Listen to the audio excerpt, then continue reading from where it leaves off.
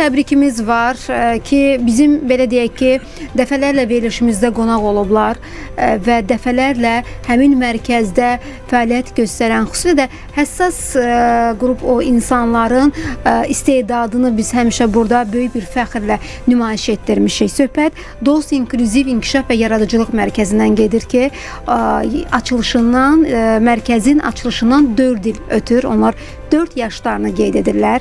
Bunu xüsusilə vurğulamaq istəyərdim ki, birinci vitse-prezident Mehriban Əliyevanın məhz təşəbbüsü ilə yaradılıb mərkəz. Əsas məqsəd isə əlilliyi olan şəxslərin, müharibə əlillərinin, şəhid ailə üzvlərinin, habelə sosial cəhətdən həssas qrup insanların yaradıcı potensialına, istedadına, qabiliyyətini, o bacarıqlarını ortaya çıxartmaqdır, onları inkişaf etməkdir və cəmiyyətdən təcrid olunmamaqdır təbii ki.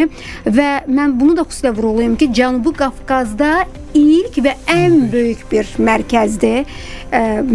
İnklüziv Yaradıcılıq İnkişaf Mərkəzi 820-dən çox benefisiara xidmət göstərilib bu ötən illər ərzində. Fəaliyyətləri fərqlidir bu incəsənət aləmində. Rəqsdir, rəsmdir, təsviri incəsənətdir, duluzçuluqdur, musiqidir, dərzilikdir. Bizim verişimizdə qonaq olmuşlar İlkin bəy, məhz musiqi alətinə ifa edənlər, elə gözəl muğam oxuyurlar, ifa edirlər ki, elə gözəl ifaları, səsləri var ki, onlar onu hiss edirlər, yaşayırlar.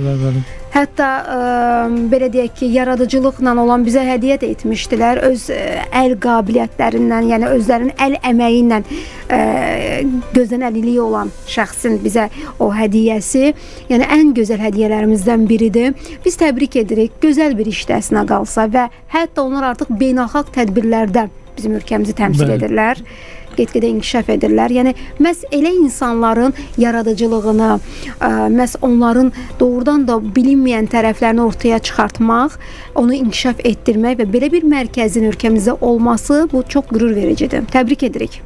Mən də təbriklərə qoşuluram. Dost İnklüziv İnkişaf və Yaradıcılıq Mərkəzi çox gözəl bir layihədir. Hörmətli vitse-prezidentimiz Mehriban xanımın təşəbbüsü ilə yaradılmış bir mərkəzdir və çox böyük işlər görür. Həssas əhali qrupunun, həm əlilliyi olan şəxslərin, şəhid ailələrin və digər həssas qrupdan olan şəxslərin yaradıcılığının inkişaf etdirilməsi istiqamətində, cəmiyyətə inteqrasiyasını təmin etmək istiqamətində çox böyük işlər görülür. Siz dediyiniz kimi rəqsdir, musiqidir, səhnə mədəniyyətidir, kulinariyadır, duluzçuluqdur, toxuculuq müxtəlif sahələr üzrə deməli yaradıcılıq qabiliyyəti olan şəxslərə dəstək göstərilir. Onların öz istedadlarının ortaya üzə çıxarılmasında böyük əmək sərf edirlər. Mən də həmin mərkəzin işçilərini təbrik edirəm. Uğurlar arzulayıram. Özgüvənlərini artırır. Həmin insanların özgüvəni artırır. İnsanların özgüvənlərini artırır. Və insanlar özlərini belə deyək də cəmiyyətdən təcrid olmuş kimi yox, cəmiyyətin bir tərkib hissəsi kimi hiss edirlər artıq.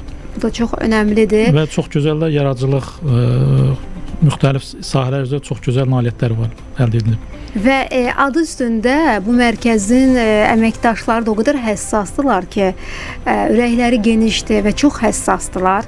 Çünki məhz elə insanlarla olan işləyirlər ki, orada həssas olmamaq mümkün deyil. Ürəyinin gözəl olmaması mümkün deyil.